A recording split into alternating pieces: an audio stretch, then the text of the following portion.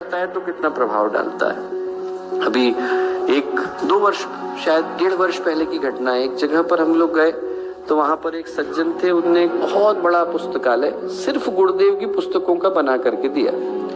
और उनने जब वो कर रहे थे उद्घाटन, तो वो बोले, जब वहां पर कर रहे थे, बोले ये अभी 1 वर्ष पहले ही जुड़े। तो मैंने ऐसे ही पूछा, मैंने कहा कि आपके हृदय में ऐसा विचार क्यों आया गुरुदेव के पुस्तकों का पुस्तकालय बनाने का?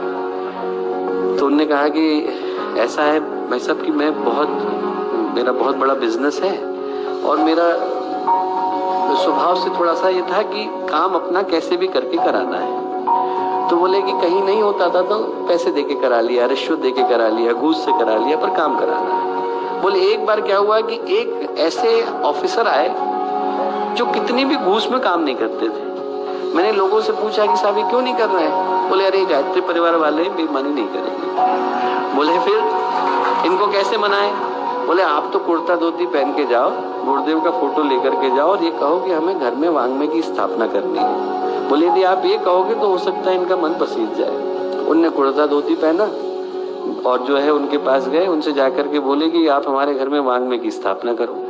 जो अफसर उनको मिलना नहीं चाहते थे, उनने बिठाया, चाय पिलाई, पानी पिलाया, उनको खाना खिलाया और इतना खुश हुए उनको देख के कि अरे वाह गायत्री परिजन आए। उनने उनको वांग्मय की स्थापना के लिए दे दिया। उनने घर में स्थापना कर ली, काम भी हो गया उनका। अब काम हो जाने के बाद बोले मैंने अपने घर में एक जगह पर उसको एक कमरे के अंदर डंप करके रख दिया, देखता नहीं था। एक दिन क्या हुआ, कोरोना हो गया। कोरोना हुआ तो उस समय में 14 दिन के लिए क्वारंटीन हो रहे थे, घर में क्वारंटीन किया गया। उसी कमरे के अंदर वो जाकर के रहे जहां पर गुरुदेव का साहित्य रखा हुआ था।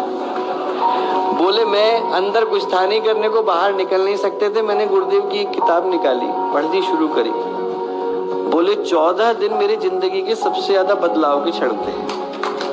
बोले मैंने एक किताब ली तो फिर रख नहीं पाया।